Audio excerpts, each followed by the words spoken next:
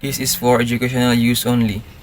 Our group is allowing our instructor, Mr. Roldan Ardines, to use this as an educational material.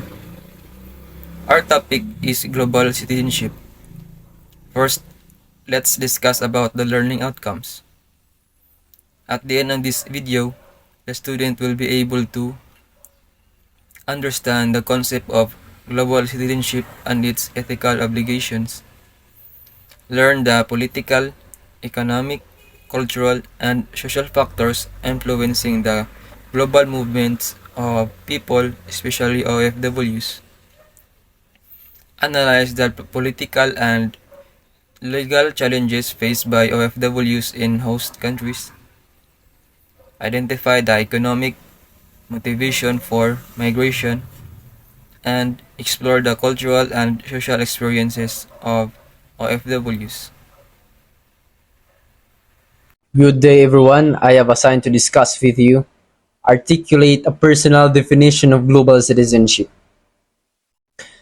Global citizenship, in its deeper sense, is an awareness of the profound interconnectedness of humanity and the shared responsibility we bear for the future of our world. It transcends borders and national identities, challenging us to consider the impact of our choices on a global scale, from social justice to environmental stewardship. At its core, it involves an ongoing commitment to understand and respecting the complex web of cultures, histories, and perspectives that shape our world. It requires active participation in addressing global challenges such as inequality, climate change, and human rights abuses, not just abstract issues, but as personal imperatives that calls us to act with compassion and integrity. True global citizenship demands a sense of moral accountability where one's actions are guided by an ethical framework that prioritizes the collective well-being of humanity and the planet over individual or national self-interest. It is about fostering deep empathy and solidarity with others, recognizing that the challenges faced by one community, however distant, are shared for us all. In this light, being a global citizen is not simply about awareness. It's about cultivating a mindset, the seek of solution grounded in justice, equality, and sustainability, ultimately shaping a world where everyone's humanity is honored and preserved. Good day, sir. Good day, everyone. My name is John Lin, and my topic is Appreciate the Ethical Obligation of Global Citizenship. Global citizenship. Global citizenship means recognizing that we are all part of interconnected world and share responsibilities for each other, well-being, and health of the planet. Here are the key points. Human rights. Human rights, global citizens should stand up for everyone's rights, no matter where they live, and oppose injustice and discrimination. Social justice.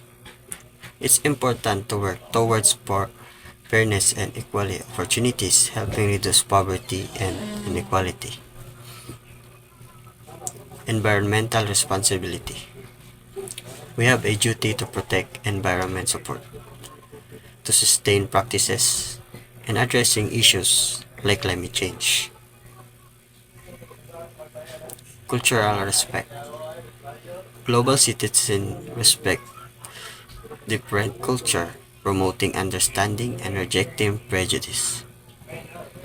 Global participation. Staying informed and involved in global issues, from peace, international policies, is part of being responsible global citizen. Common good. Decisions should be made with well-being of everyone in mind, not just personal or local interests. solidarity. We must work together across borders to solve global problems and support those in need during crisis. Ethical globalization. Global citizens should advocate for fair practices in the global economy that protect people and the environment. In short, being global citizen means taking responsibility for world as acting the ways that make it better for everyone. That's all. Thank you.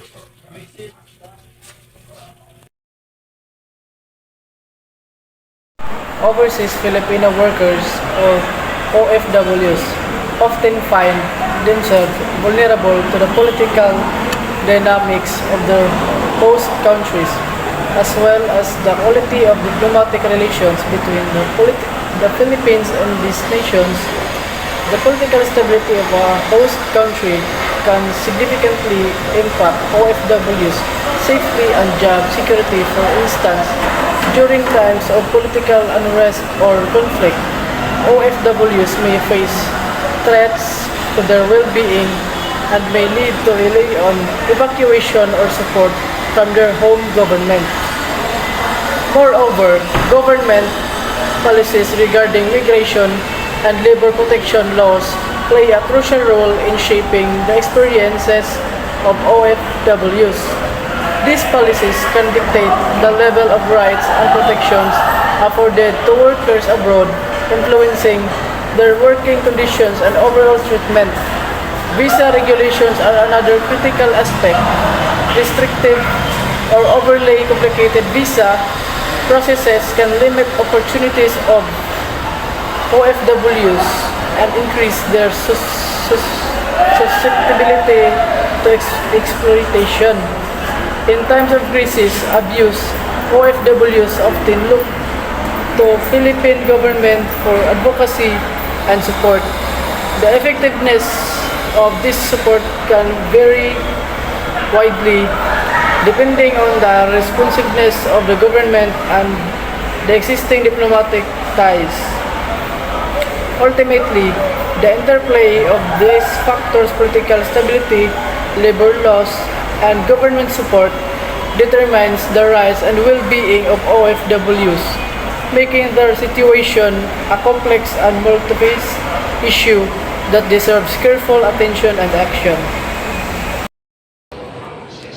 Economics is the study of how individuals, businesses, governments, and societies make decisions about allocating resources such as time, money, labor to produce, distribute, and consume goods and service. It aims to understand how resources are managed to meet people needs and wants, especially given the resources are limited. Economics is divided in two main branches. First is microeconomics, focuses on the behavior of individuals and businesses in making decisions about the allocation of resources and the interactions within markets. It examines supply and demand pricing, competitions, and behavior of consumers and firms. Second is microeconomics, look at the economy as a whole and study further phenomena such as inflations, unemployment, economic growth, and government policies. It considers how national and global economies operate and how policies can impact economic stability and growth. In essence, economics help us understand the trade-offs people make, how market work, and how policies can influence the economy to improve well-being. The global movement of overseas Filipino workers, or OFWs, is driven by economic factors, political instability, and the pursuit of better opportunities. OFWs migrate to more developed countries, particularly in sectors like healthcare and domestic work, sending remittances that significantly boost the Philippine economy. However, migration also brings cultural challenges, including family separation, the need to adapt to new cultural norms, and occasional experiences of racial discrimination. Despite these difficulties, OFWs often build strong support networks abroad, relying on their community and faith for emotional strength while maintaining their cultural values. Culturally, OFWs both preserve and share Filipino traditions, acting as cultural ambassador in their host countries. They introduce elements like food, hospitality, and religious practices to new communities while fostering cross-cultural understanding. The impact of migration also shapes Filipino family dynamics, creating transnational families and affecting traditional family structures. At the same time, OFWs contribute to cultural diversity of their host countries, enriching them while navigating the complexities of dual identities. Through resilience and a strong sense of bayanihan, OFWs embody the global spirit of the Filipino culture.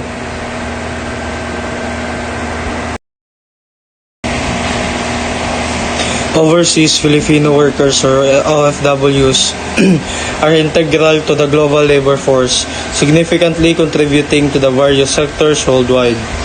Their migration is often driven by economic aspirations, leading them to roles in healthcare, domestic work, construction, and maritime industries across regions such as the Middle East, Europe, North America, and Southeast Asia. This movement not only bolsters the Philippine economy through substantial remittances but also shapes the social fabric of transnational families, highlighting both benefits and emotional costs of working abroad. Culturally, OFWs navigate a complex interplay of maintaining Filipino traditions while adapting to the norms of their host countries.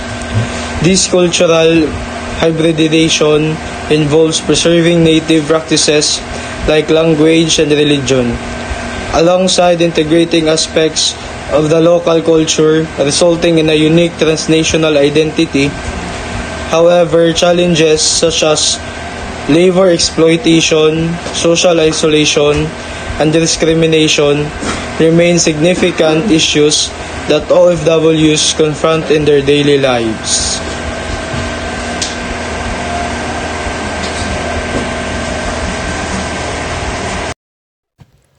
The global movement of overseas Filipino workers (OFW) is influenced by key social factors: economic need. Limited opportunities in the local job market push many Filipinos to seek higher paying jobs abroad. As wages in the Philippines often do not meet their financial needs, this economic necessity drives the large-scale migration of workers to countries where wages are considerably higher. Family responsibility. A core motivation for OFWs is to provide financial support for their families.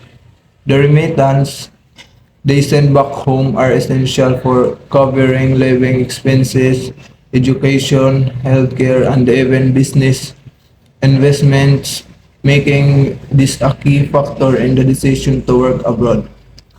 Connections. Strong familial and community networks play a critical role in helping OFWs secure employment and settle into their host countries. Friends and family who have already migrated provide invaluable assistance in job placement, housing, and navigating the complexities of working in a foreign environment. My topic is the continuation of social factors. Gender roles. Many OFWs, especially women, take jobs as domestic helpers, caregivers, or nannies in other countries. This happens because of traditional gender expectations in both the Philippines and abroad. In the Philippines, women are often seen as the primary caregivers for families, and this idea carries over when they go overseas. Host countries also tend to hire more women for these kinds of jobs. Because of this, women OFWs often end up working in households, caring for children, the elderly, or doing houseworks. Next is work conditions. Some OFWs face difficult working conditions in other countries. This can include long working hours, low pay, and limited or no benefits. In some places, labor laws might not fully protect migrant workers, meaning that over OFWs could face unfair treatment or even abuse. For instance, domestic workers may live in their employer's home, which can blur the line between work and personal time, leading to exhaustion and stress. Next is cultural differences. OFWs move to another country. They need to adjust to different customs, languages, and ways of life. This can be very challenging, especially if they are not familiar with the culture of their new country. Because of these differences, some OFW may feel lonely or homesick, and they might also face discrimination or be treated unfairly because they are foreigners. Adapting to new cultures while staying connected to their Filipino identity can be tough, leading to feeling of isolation. These factors shape the daily lives of OFWs, making their experience abroad both rewarding and challenging.